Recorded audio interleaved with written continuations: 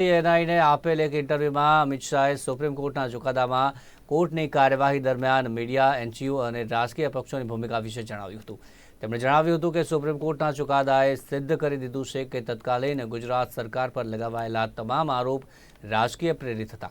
સંપૂર્ણ કાયદાકીય પ્રક્રિયા દરમિયાન નરેન્દ્ર મોદીએ કોઈ નિવેદન આપ્યું નહોતું. અમે કાયદાકીય પ્રક્રિયામાં સતત સહયોગ કર્યો અને જે લોકોએ પણ નરેન્દ્ર મોદી ઉપર આરોપ લગાવ્યા હતા તેઓએ ભાજપ અને નરેન્દ્ર મોદીની માફી માંગવી જોઈએ. વધુમાં તેમણે જણાવ્યું હતું કે વડાપ્રધાન મોદીએ હંમેશા ન્યાયતંત્ર પર વિશ્વાસ રાખ્યો છે અને સાથે જ તેમણે મોદીનો ઉલ્લેખ કરતા કહ્યું હતું કે દેશના આટલા મોટા નેતા એક પણ શબ્દ બોલ્યા વિના તમામ દુઃખોને ભગવાન શંકરની જેમ ઝેરનો ઘૂંટડો ગળામાં રાખીને લડતા રહ્યા. आप और मोदी जी दोनों कहते हैं कि इट वाज अ टैक्टिक या फिर कह दीजिए कंस्पिरेसी कि गुजरात को एक बुरा नाम देने के लिए कि ये एक दंगाई प्रदेश है और बीजेपी जो है एक दंगाई पार्टी है और गुजरात 2002 के बाद वो टैग लग गया. क्या आप मानते? मैं और मोदी जी नहीं कहते, भारतीय जनता पार्टी नहीं कहते कि हम पर टैग लगाने का झूठा प्रयास किया. अब सुप्रीम कोर्ट भी कहती है कि झूठा टैग लगाने का प्रयास किया. आप लोकतंत्र में संविधान को भी नहीं मानेंगे, सुप्रीम कोर्ट को भी नहीं मांगेंगे. पॉलिटिकल स्टेटमेंट सच्चे या सुप्रीम कोर्ट का सब एविडेंस एप्रिशिएट कर कर लिया गया फैसला सच्चा, ये देश की जनता ने तय करना पड़ेगा. आप जैसे पत्रकारों ने भी तय करना पड़ेगा. और अगर ये मत बनता है कि सुप्रीम कोर्ट का एप्रिशिएट हुआ एविडेंस एप्रिशिएट करने के बाद दिया गया फैसला सच्चा है, तो अब क्वेश्चन उठाने चाहिए. पत्रकारों की जिम्मेदारी है, जिन्होंने आरोप लगाए थे उनके ऊपर पूछना चाहिए उनको कि क्या आधार था ये आरोप का, और आधार था तो क्यों नहीं गए सुप्रीम कोर्ट में. आपने एनजीओज का जिक्र किया, कौन से एनजीओज हैं, क्या किया उन्होंने? देखिए, मैंने बहुत हरीडली जजमेंट को पढ़ा है, मगर इसमें तीस्ता सेटलवाड का नाम बहुत स्पष्ट दिया है. तीस्ता सेटलवाड की एनजीओ थी, नाम तो मुझे मालूम नहीं है उनका. उन्होंने हर थाने में इस प्रकार की भारतीय जनता पार्टी के कार्यकर्ताओं को इन्वॉल्व करने वाली एप्लीकेशनें दे दी थी, और मीडिया का दबाव इतना था कि सभी एप्लीकेशनों को सच मानकर ट्रीट किया गया. मीडिया और एनजीओज का एक नेक्सस था, आप कह रहे हैं इन दोनों ने मिलकर 20 साल तक चलाया ये पूरा? ना 20 साल नहीं चला, 2002 और 2022. स्मिता बहन, सबसे बड़ी बात तो जनादेश होता है और जनता सब देखती है. 130 करोड़ लोगों के 260 करोड़ आंख होती है, 260 करोड़ कान होते हैं. सब देखती है, सब सुनती है. हम कभी चुनाव नहीं हारे. जनमानस ने, जनता ने कभी भी ये आरोप को स्वीकारा नहीं. मीडिया, एनजीओ और हमारी विरोधी पॉलिटिकल पार्टी आरोपों को चलाते गई. एक चला दिया कि सीडी के बारे में, सीडी लेकर राहुल शर्मा चले गए. वहां पर नोटिंग है, नोटिंग साइड पर रोज काम है, उसने अपने रिकॉर्ड में रखा है, कोई कानून को नहीं तोड़ा है, और सुप्रीम कोर्ट ने भी इसको स्वीकृत किया है. फायरिंग में मुसलमान नहीं मारे गए, लेकिन दंगों में तो मुसलमान मारे गए ना. देखिए स्मिता जी, एक बात आप समझ कर चलिए, जिस तरह से 60 लोगों को जिंदा जला दिया था, उसका समाज में आक्रोश था. और जब तक दंगे नहीं हुए तब तक किसी ने इसका क्रिटिसिज्म भी नहीं किया, accept Bharatiya Janata party. Congress party का एक भी स्टेटमेंट, पार्लियामेंट चल रही थी उस दिन, किसी ने दुख भी व्यक्त नहीं किया कि 60 लोगों को जिंदा जलाने की घटना का आप भर्त्सना भी नहीं करोगे, निंदा भी नहीं करोगे. इतनी बड़ी वोट बैंक पॉलिटिक्स होगी. आज सुप्रीम कोर्ट ने यह भी कह दिया कि जाखिया जाफरी किसी और के निर्देशन पर काम करती थी. कई सारे विक्टिम्स का एफिडेविट एनजीओ ने साइन कर दिए, विक्टिम को मालूम ही नहीं है. आपके हिसाब से किसने किया, क्यों किया जाकिया जाफरी के? सब जानते हैं ना कि तीस्ता सेटलवाड जी की एनजीओ ये सब कर रही थी, केवल और केवल. और उस वक्त जो यूपीए की सरकार आई, उसने ढेर सारी मदद करी है तीस्ता सेटलवाड की एनजीओ को, ढेर सारी मदद करी है. सबको मालूम है, पूरे लुटियन दिल्ली को मालूम है. गुजरात में तो आपकी सरकार थी इतने साल. गुजरात में हमारी सरकार थी, मगर जो एनजीओ थे उसको भारत सरकार ने मदद करी है, सब जानते हैं। और केवल मोदी जी को टारगेट बनाकर ये सब किया गया, उनकी छवि को हानि पहुंचाने के लिए किया गया। अगर सत्य था तो फिर एसआईटी की क्या जरूरत थी? एसआईटी में आज मैं आपको सत्य बताता हूं, एसआईटी का ऑर्डर कोर्ट का नहीं था।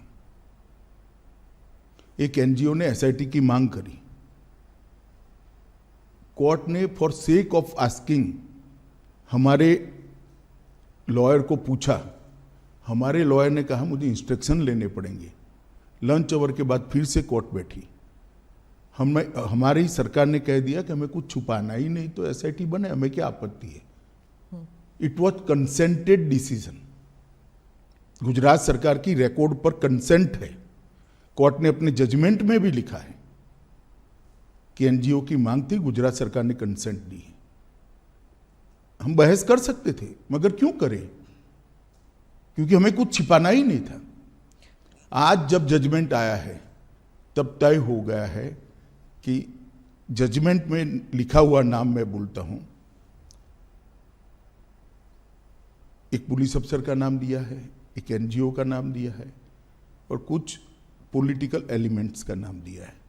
ये तीनों ने मिलकर जजमेंट के अंदर ये स्पष्ट कर दिया है कि सनसनी खड़ी करने के लिए झूठ बातों को फैलाया गया, झूठ बातों को आगे बढ़ाया गया और झूठे सबूत घड़े गए। एसआईटी को जो जब जवाब लिखवा रहे थे तब भी उनको मालूम था कि ये झूठा जवाब है, जिसको एसआईटी ने भी बाद में कोर्ट के सामने रखा कि ये झूठे जवाब थे और वो जानते थे कि झूठे। आज कोर्ट ने स्पष्ट कर दिया कि सरकार ने दंगा रोकने के लिए भरसक प्रयास किए। कोर्ट ने यह तय कर दिया कि मुख्यमंत्री ने बार बार शांति की अपील की थी। कोर्ट ने यह तय किया घटनाएं मतलब ट्रेन जलाने की घटना के बाद जो दंगे हुए वो सुनियोजित नहीं थे, स्वप्रेरित थे। ये भी कोर्ट ने आज जजमेंट में कह दिया। और तहलका द्वारा किए गए स्ट्रिंग ऑपरेशन को भी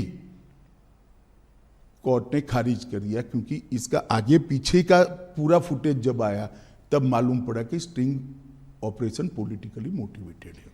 तीसरा, इससे भारतीय जनता पार्टी की सरकार पर जो धब्बा लगा था वो भी धुला है और मोदी जी जैसे वैश्विक नेता पर जो गलत आरोप लगाए थे, मैं मानता हूं कि लोकतंत्र के अंदर मोदी जी ने संविधान का सम्मान कैसे हो सकता है, इसका एक आदर्श उदाहरण सभी राजनीति में काम करने वालों लोगों के सामने कराया। मोदी जी की भी पूछताछ हुई थी, किसी ने धरना प्रदर्शन नहीं करा था।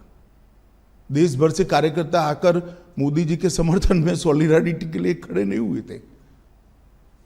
हम कानून को कोऑपरेट किए थे, मेरी भी अरेस्ट हुई थी, कोई धरना प्रदर्शन नहीं करे थे।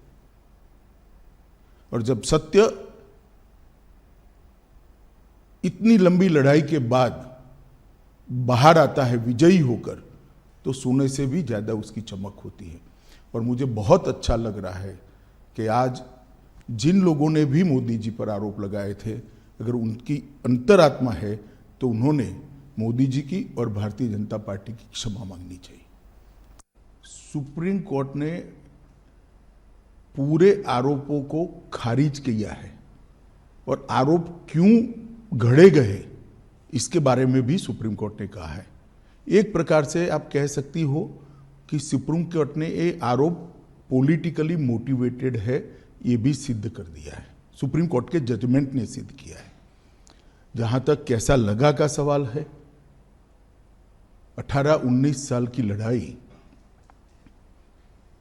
देश का इतना बड़ा नेता एक शब्द बोले बगैर सभी दुखों को भगवान शंकर के विषपान की तरह गले में उतारकर सहन कर कर लड़ता रहा। और आज जब अंत में सत्य सोने की तरह बह रहा है, चमकता हुआ बह रहा है, तो आनंद ही होगा। मैंने बहुत नजदीक से मोदी जी को इस दर्द को झेलते हुए देखा है, इस आरोपों को झेलते हुए देखा है। और सब कुछ सत्य होने के बावजूद भी क्योंकि न्यायिक प्रक्रिया चालू है, हम कुछ नहीं बोलेंगे। इस स्टैंड को कोई बहुत मजबूत मन का आदमी ही ये स्टैंड ले सकता है। ये अभी जो इंटरव्यू हम कर रहे हैं वो मैं 2003 में भी गुजरात के गृह मंत्री के नाते कर सकता था, पार्टी के अध्यक्ष के नाते भी कहता, क्योंकि परिस्थिति में कोई बदलाव नहीं है, फैक्ट था। परंतु संपूर्ण न्यायिक प्रक्रिया जब तक समाप्त नहीं हुई तब तक मोदी जी ने इसको प्रभावित करने के लिए कुछ नहीं कहा। तो आ समाचारों में बस आटલું જ. વધુ સમાચાર માટે જોતા રહો નિર્માણ ન્યૂઝ. નમસ્કાર.